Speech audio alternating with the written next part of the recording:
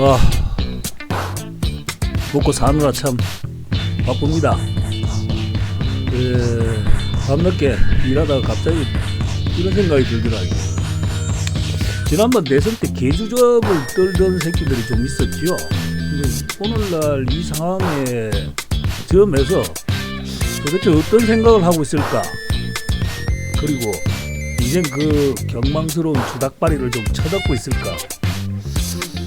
찾아보니까 하나는 아예 사라졌고 다른 하나는 폐쇄 전환해서 설치고 다닙니다. 우선 이 장면 잘 기억하실 겁니다. 기가 막히죠. 저는 이 방송 보다가 낯간지러운 그런 장면 나오면 관객이 왜 손발이 오그라드는 거 있죠. 저는 이제 불판이 오징어처럼 오그라든다고 표현을 하는데, 와, 보다 그냥 정말 쪽팔려가지고 채널을 바로 돌렸습니다. 그때 내가 놀란 게 뭐냐면은, 그래도 앞에 앉은 저 두 분은 대한민국 최고 학부 출신 아닙니까? 예?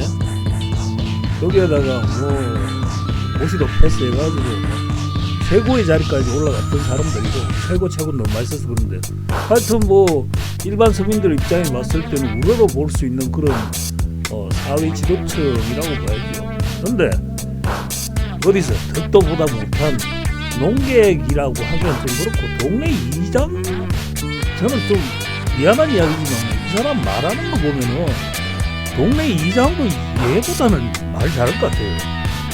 그 앞에서 심각한 표정을 일부러 지으면서 대답을 하고 이렇게 하는데, 그 방송을 기획한 놈도 좀 인간 쓰레기 같고, 보고 있는 나는 더 쓰레기 같더라고.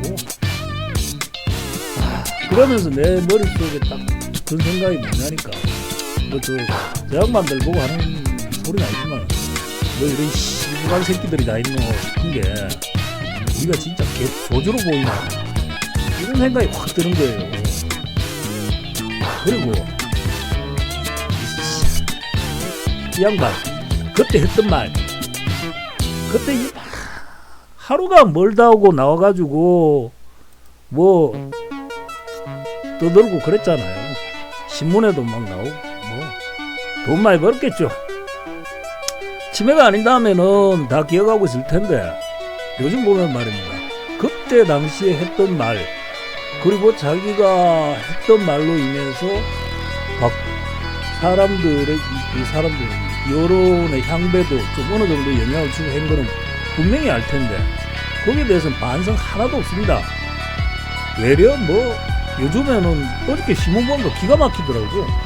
진보 농객이면서도 진보 진영에 대해서 쓴소리를 마다하지 않는다. 마치 무슨 정의의 사도처럼 동갑에서 다시 비 나오던데, 도대체 뒷배가 뭔지는 모르겠어요. 사람들이 되게 싫어하거든. 그런데 계속 나와. 만약 내 친구였으면 당장 꺼지면서 패대기 쳤을 거예요. 그리고 난 이런 말 해주고 싶어. 벼룩도 낯짝이 있다는 말이 있지 않습니까? 명색이 사람이라면 부러움이라면 좀 더 어렵게 역치라는 게 있어야 되는데, 다시 나와서 스포트라이트 받고 싶고 호구 보리라도 좀 하고 싶으면은 적어도 지난날 과오에 대해서 한마디 정도 사과는 좀 해야 되지 않겠나. 답이 넘어가나? 그 다음은 누구냐면요, 여러분들 잘 기억하실 겁니다. 조은선이라는 친구인데, 필명을 조은선으로 사용했고, 어디 국민청원인가 거기에서 올렸습니다. 1970년대 남성이고 회사원이다, 일반 시민이다, 글쓰기와 고전 문학을 좋아한다. 박근혜 탄핵 이후 정치 현실에 불만을 느끼면서부터 논평을 쓰기 시작했는데, 기본적으로 보수 성향이고, 대선 때 윤석열 캠프에 대한 직접적인 지지는 밝히진 않았지만 윤석열을 상식 회복에도 기가 막힙니다. 적극 지지는 안 했지만은 사실은 지지 관련 다른 글이 있었죠. 뭐 보시면은 윤석열은 완벽한 인물이 아니다. 그러나 타락한 상식을 바로잡을 도구는 충분하다.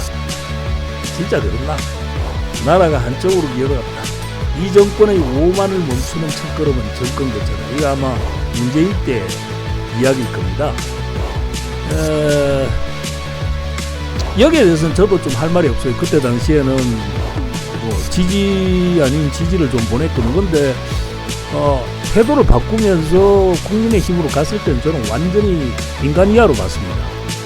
그 다음에 이제 당선 후의 글이 중요하죠. 상식이 돌아왔다고 환호할 일이 아니다. 이제 시작입니다. 극찬입니다.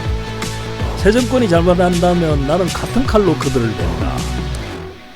그리고 이제 세상이 어지러우면 붓을 드는 것이 백성의 책무다. 정치인이 귀를 닫으면 민심은 글이 되어 세상을 넣는다. 이런 이야기들을 많이 해가지고 상당히 이제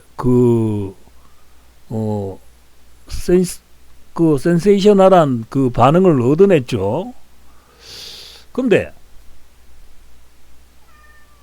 당시 윤석열의 집권 시기에 여러 가지 구설수들이 많았잖아요. 무슨 김건희 주식 투자부터 시작해서 특검을 한다느니 상식 이하의 어떤 정책을 집행한다든지 그런 식으로 해가지고 문제가 많아가지고 민심이 더 끓고, 그리고 다들 지지율이 바닥을 치고 이럴 때 그때 본인 입으로 그랬잖아. 새 정권이 잘못한다면은 같은 칼로 벤다면서. 아닌 말로 나이도 어린 놈이 그렇게 주둥아리를 함부로 놀렸으면은 한 번이라도 쓴소리를 짓거려야 되지 않을까요? 네. 언제 이 녀석이 나왔어요? 그 작부하고 또라이가 미쳐 날뛰는 동안 그 잘난 주둥아리 손가락 한 번 놀린 적 없죠? 결국 나는 이 친구의 정체에 대해서 보수 진영에서 만든 어떤 가공의 인물이 아닌가.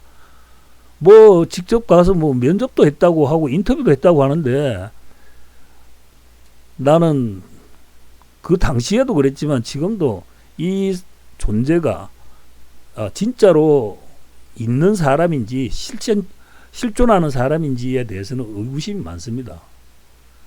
그러니까 이런 터무니없는 글들을 쓰고 세상을 조롱하는 놈들을 기성 언론들이 그렇게 스포트라이트를 줘가지고 키워줬다는 거는 내가 봤을 때는 어떤 체계적이고 조직적인 그런 뒷받침 없이는 불가능하다라는 생각이 드는 거죠. 그러니까 말이 길어졌는데 한마디로 가공의 인물이에요. 자, 마지막으로 오늘 제가 하고 싶은 이야기가 있습니다. 세상을 망치는 이런 정치인들이라고 이야기하지만은 사실은 진짜 세상을 망치는 인간들은 이런 조악스러운 논리와 글로 혹세무민하는 소피스트들이고, 그때 시류에 맞춰 말 바꾸고 꼬리 9 달린 여우처럼 둔갑하는 무당급 펜대들입니다. 이런 자들이야말로 법으로는 어떻게 처단을 할 수가 없겠죠. 하지만 역사의 처단을 받아가지고 마땅한 역신들입니다. 다행히 요즘 같은 인터넷 시대에는 지 아무리 포장을 하고 나와도 이전의 기록들 그러니까 언행들이 도처에 널려 있으니까 다 밝혀지고 사람들이 알게 됩니다. 나는 지금도 텔레비에 나와서 어줍지 않게 주둥아리 나불나불대면서 댓글 하나에 미친 개처럼 발광하는 그놈하고 가공의 인물인지 어떤지는 모르겠지만 진짜 사람이라면은 한 번쯤은 사과 좀 했으면 좋겠다는 생각이 듭니다. 감사합니다.